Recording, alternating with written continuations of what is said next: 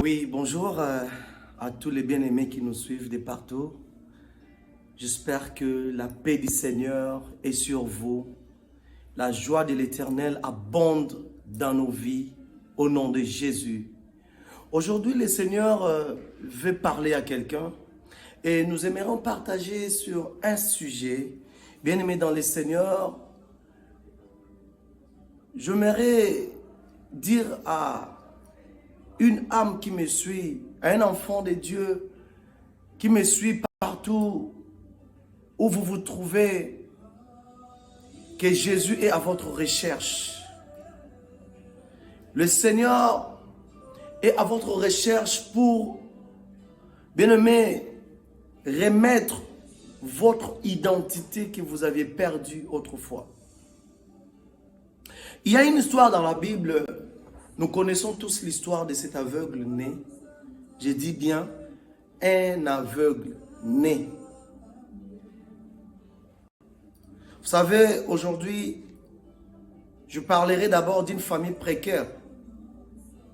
Avoir un enfant aveugle après l'accouchement, quelle douleur! Quelle amertume pour cette famille. Mais après avoir tenté, après avoir cherché le médecin afin de résoudre ce problème qu'on croirait peut-être curable, après tous les efforts, allais-je dire, mais sans solution, et l'enfant grandit. Mais du coup, par surprise, cet enfant se retrouve où? Dans la rue.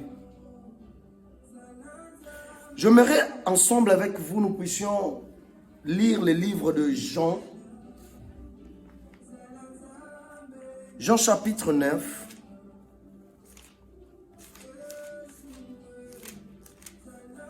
Jean chapitre 9, le verset 1. J'ai lu au nom de Jésus. Écoutez ce que la Bible dit. Jésus vit en passant un homme aveugle de naissance.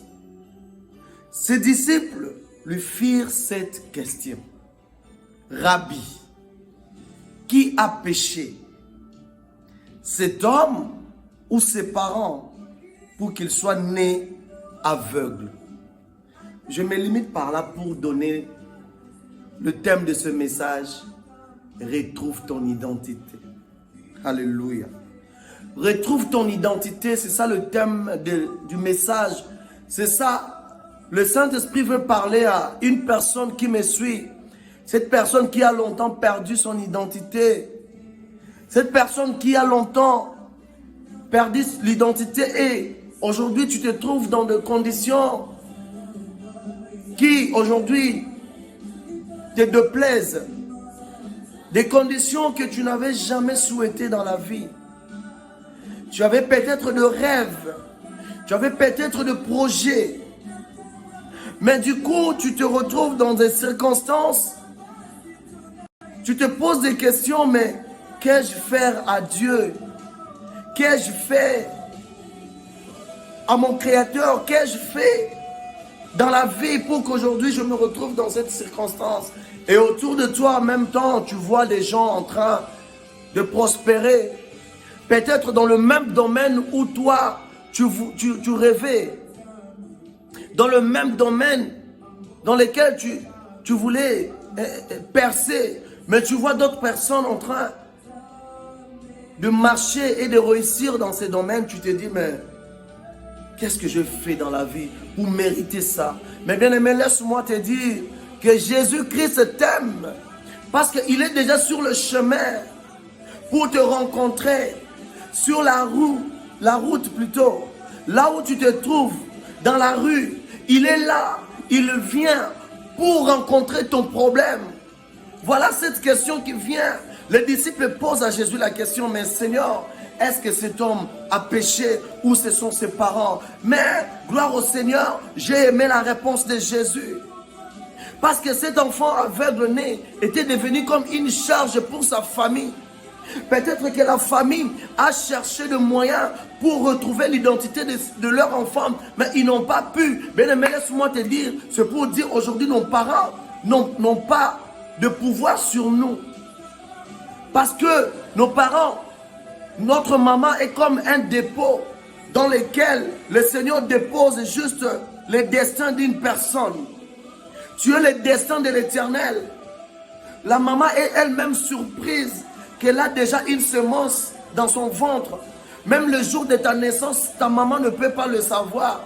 C'est pour te dire, quelles que soient les conditions dans lesquelles tu te trouves aujourd'hui, cela ne concerne pas tes parents. Que tu aies fait des études ou pas, cela ne concerne pas tes parents. Bien-aimé dans le Seigneur, c'est Jésus qui connaît ta vie. La Bible dit dans Jérémie 29, 11 que je connais les projets que j'ai formés sur toi. Le Seigneur savait qu'un jour, il naîtra un enfant aveugle-né. Le Seigneur le savait. Mais c'était pour un seul objectif, que la gloire de Dieu puisse éclater. C'est ça même la réponse que Jésus donna aux disciples. Il dit, ce n'est pas que lui ou ses parents aient péché, mais c'est afin que les œuvres de Dieu soient manifestées en lui. Bien-aimé, ne te pose pas tant de questions.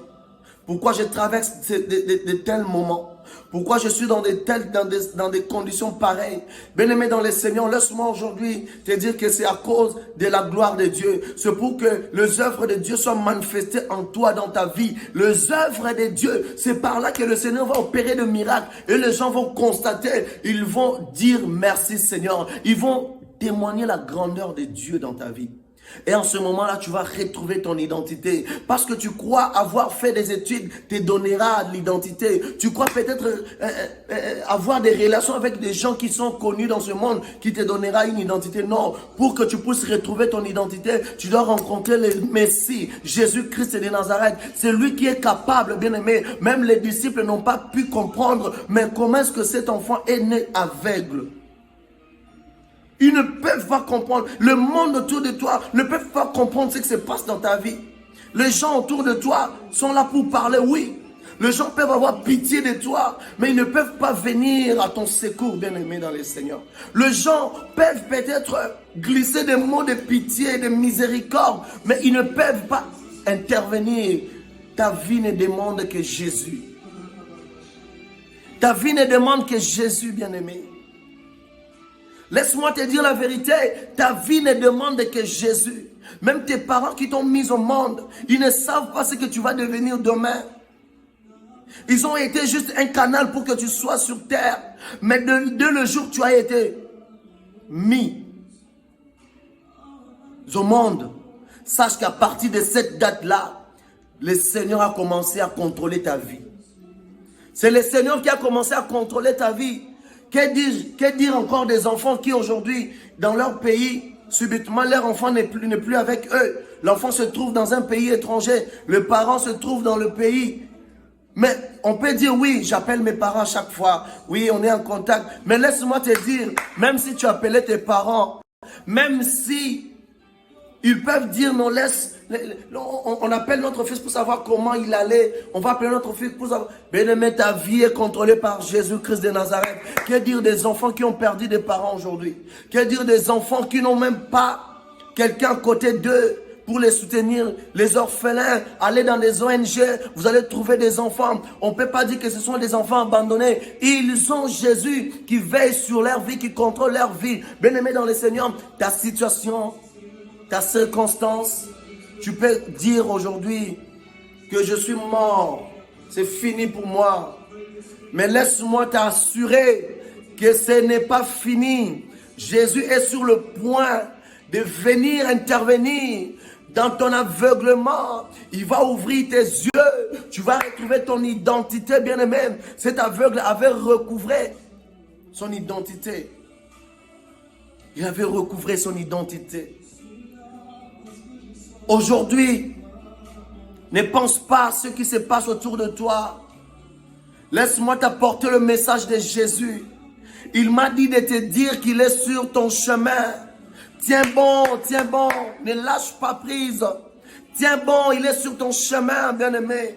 Il vient Il vient pour résoudre ce problème longtemps persisté dans ta vie. Les gens autour de toi ne peuvent rien comprendre, ne le permet même pas de comprendre parce qu'ils ne vont rien comprendre. C'est seul Jésus qui a la solution à cet aveuglement. Bien-aimé, retrouve ton identité dans le nom de Jésus. Là où tu te trouves, même si tu n'as pas étudié, bien-aimé, même si tu ne connais pas parler français, cela ne concerne pas Dieu. Dieu n'est pas là pour suivre les principes humains. Dieu n'est pas là pour suivre les règles des hommes. Dieu est souverain. Le même Dieu qui pouvait prendre Méphibosheth dans la forêt et le pousser auprès du roi. Bien-aimé, tu ne peux pas imaginer combien ce Dieu est merveilleux, qu'il peut faire au-delà de ce que tu penses, de ce que tu imagines. Justement, il t'appelle. Ouvre seulement ton cœur. Ouvre seulement ton cœur. Reçois ce Jésus comme Seigneur et Sauveur. Si tu ne l'as pas encore reçu, reçois-le maintenant. Accepte Jésus. Voilà pourquoi je vais t'inviter à prier avec moi. Si tu veux recouvrir ton identité, tu vas faire cette prière. Que Seigneur Jésus, me voici. Je ne suis que ta création. Je ne suis que ton œuvre. Mais Éternel, je viens à toi avec toutes mes faiblesses, Seigneur. Je viens à toi, Père, avec mes insuffisances, Seigneur, afin de recouvrir mon identité longtemps perdue. Accepte-moi, entre dans mon cœur. Je te reçois comme Seigneur et Sauveur, Jésus. Gagne ma vie, Seigneur. Je te recommande toute mon existence. J'oublie mes passés. J'oublie les circonstances dans lesquelles je me trouve. Seigneur, je te reçois aujourd'hui comme maître de vie. Guide mes pas désormais. Car je sais, c'est toi qui vas faire éclater ma vie. Je sais que tes œuvres vont se manifester en moi. Et les gens vont témoigner ta grandeur dans ma vie. Dans le nom de Jésus-Christ de Nazareth. Merci Seigneur. Que Dieu vous bénisse. Là où vous vous trouvez, n'hésitez pas de nous appeler pour que nous puissions avoir de petits moments de prière. Nous sommes membres de l'église Assemblée de Dieu la grâce. Alors n'hésitez pas de nous contacter si vous traversez des moments où vous avez besoin du soutien spirituel. Par l'aide de Dieu, par la grâce de Dieu, par la puissance du Saint-Esprit, nous croyons fortement que les œuvres de Dieu vont se manifester dans vos vies. Au nom de Jésus-Christ de Nazareth, que Dieu vous bénisse et que la paix du Seigneur s'installe dans vos vies, dans vos cœurs, à jamais. Au nom de Jésus-Christ de Nazareth. Amen. Merci.